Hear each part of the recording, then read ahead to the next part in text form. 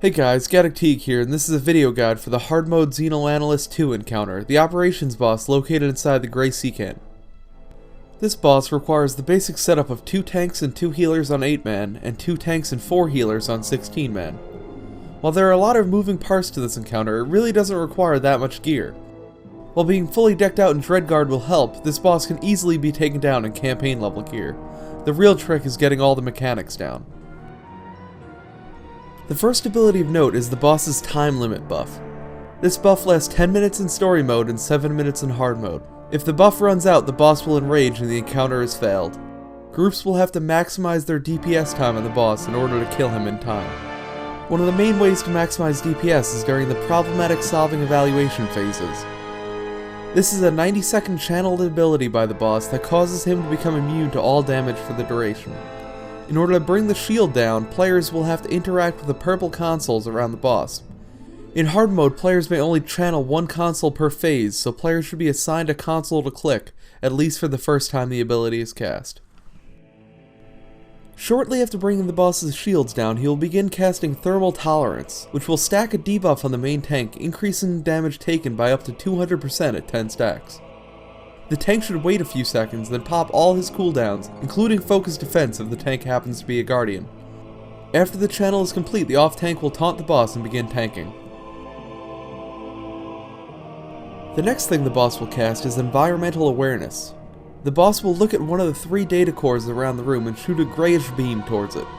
The players will have 30 seconds to destroy that core. If they fail, the boss will one-shot the tank and other players. As soon as the raid sees Environmental Awareness being cast, they should immediately start attacking the core. This includes the tank and healers. If done in time, the boss will be unable to act for a few seconds, so get your free damage in while you can. Next, the boss will do another problem-solving phase, but this time you do not want to immediately hit the consoles. First, everyone should group up on the tank and AoE down the dog ads that spawn. It is very important to note that in hard mode, the first tank will still have the thermal weakness debuff and should avoid taking aggro until it wears off. Once the ads are defeated, run to the consoles and activate the boss again.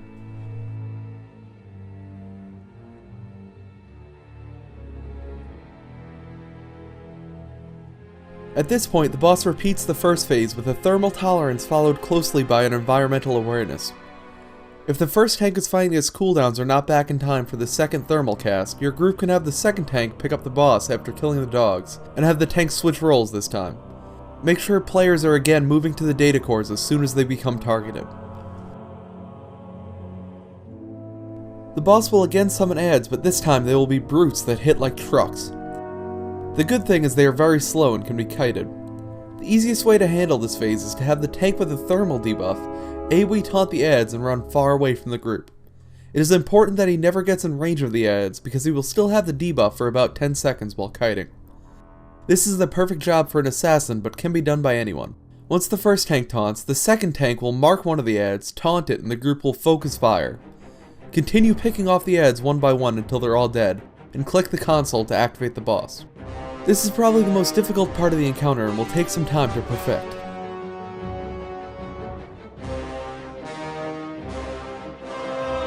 Once everyone is back on the boss, you'll need to push him to 20% before the timer runs out. As long as your group killed the ads and activated the consoles in a timely fashion, the enrage should not be a factor. At 20%, the boss begins casting Generate Urgency at random group members. This will easily 2-shot non-tanks, so tanks should cycle taunts and keep the boss on them as long as they can. The boss will cast faster and faster until he's defeated, so burn him with everything you've got and success will be yours. If you'd like to see more boss guides like this one, please let me know in the comments. Be sure to like and subscribe so you don't miss out on any SWTOR related updates. This has been Gaddock Teeg reminding you to pop all cooldowns.